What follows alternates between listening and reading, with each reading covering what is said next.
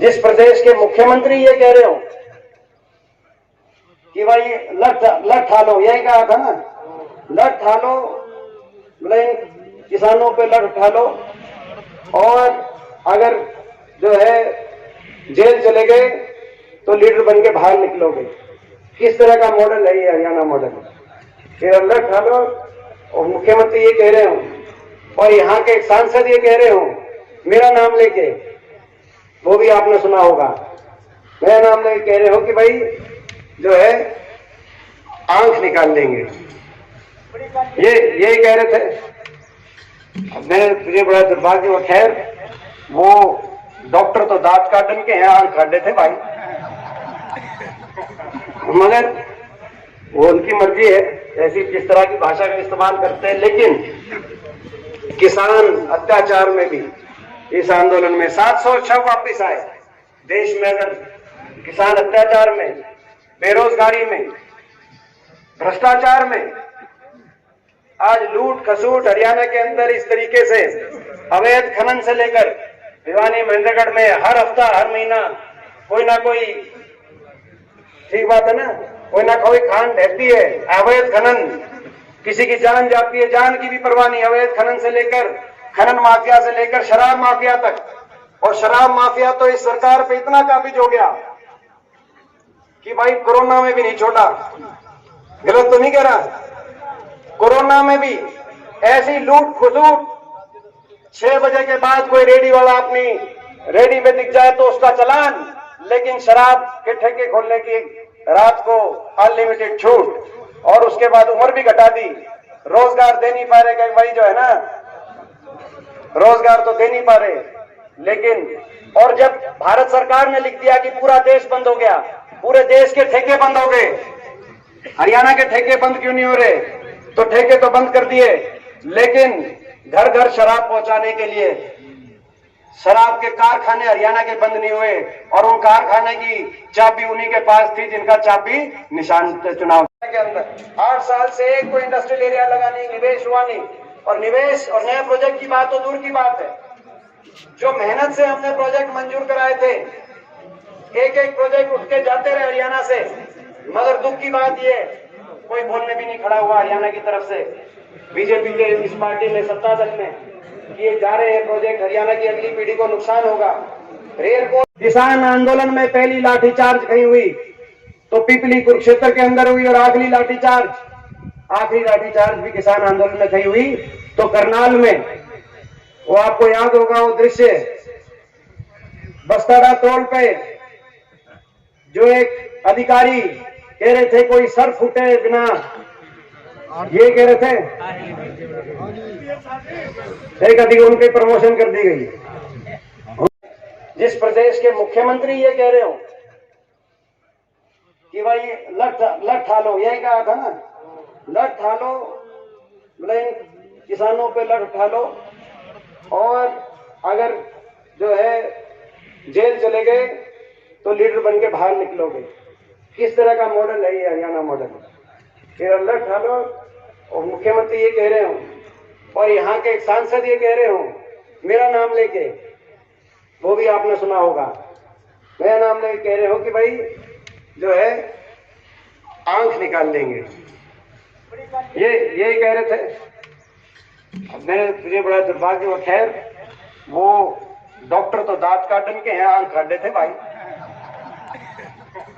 मगर वो उनकी मर्जी है ऐसी किस तरह की भाषा का इस्तेमाल करते हैं। लेकिन किसान अत्याचार में भी इस आंदोलन में 700 शव वापिस आए देश में। अगर किसान अत्याचार में, बेरोजगारी में, भ्रष्टाचार में, आज लूट खसूट हरियाणा के अंदर इस तरीके से अवैध खनन से लेकर भिवानी महेंद्रगढ़ में हर हफ्ता हर महीना कोई ना कोई, ठीक बात है ना, कोई ना कोई खान ढहती है, अवैध खनन, किसी की जान जाती है, जान की भी परवाह नहीं। अवैध खनन से लेकर, खनन माफिया से लेकर शराब माफिया तक, और शराब माफिया तो इस सरकार पे इतना काबिज हो गया कि भाई कोरोना में भी नहीं छोड़ा।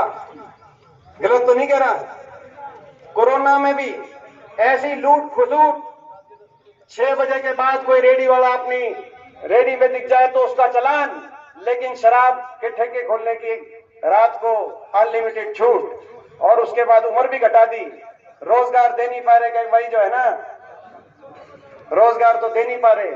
लेकिन और जब भारत सरकार ने लिख दिया कि पूरा देश बंद हो गया, पूरे देश के ठेके बंद हो गए, हरियाणा के ठेके बंद क्यों नहीं हो रहे? तो ठेके तो बंद कर दिए, लेकिन घर घर शराब पहुंचाने के लिए शराब के कारखाने हरियाणा के बंद नहीं हुए और उन कारखाने की चाबी उन्हीं के पास थी जिनका चाबी निशान चुनाव के अंदर 8 साल से एक कोई इंडस्ट्रियल एरिया लगाने निवेश हुआ नहीं। और निवेश और नए प्रोजेक्ट की बात तो दूर की बात है, जो मेहनत से हमने प्रोजेक्ट मंजूर कराए थे, एक एक प्रोजेक्ट उठ के जाते रहे हरियाणा से। मगर दुख की बात ये, कोई बोलने भी नहीं खड़ा हुआ हरियाणा की तरफ से। बीजेपी के इस पार्टी में सत्ता दल में किए जा रहे हैं प्रोजेक्ट, हरियाणा की अगली पीढ़ी को नुकसान होगा।